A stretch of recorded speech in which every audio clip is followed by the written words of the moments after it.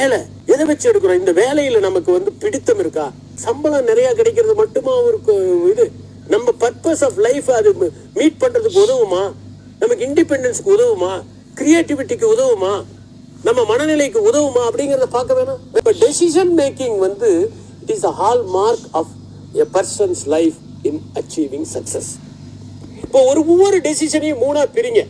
முதல்ல என்ன பிரச்சனை அதை பத்தி ஆராய்வோம். அதுதான் இன்டெலிஜென்ஸ் ஆக்டிவிட்டி.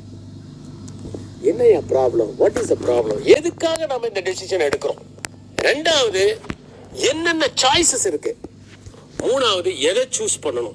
இதை சரியா ஒவ்வொரு நிமிடமும் நாம் சரியாக யோசித்து முடிவுகளை எடுப்போமே, ஆனால் நம் வாழ்க்கை முயற்சிகளின் தொகுப்பாக மட்டும் இல்லாமல் முத்து குளிப்பவன் முத்துக்களோடு வருவதைப் போல முத்தாய்ப்பாக அமையும் என்பதுதான் சாராம்சம்.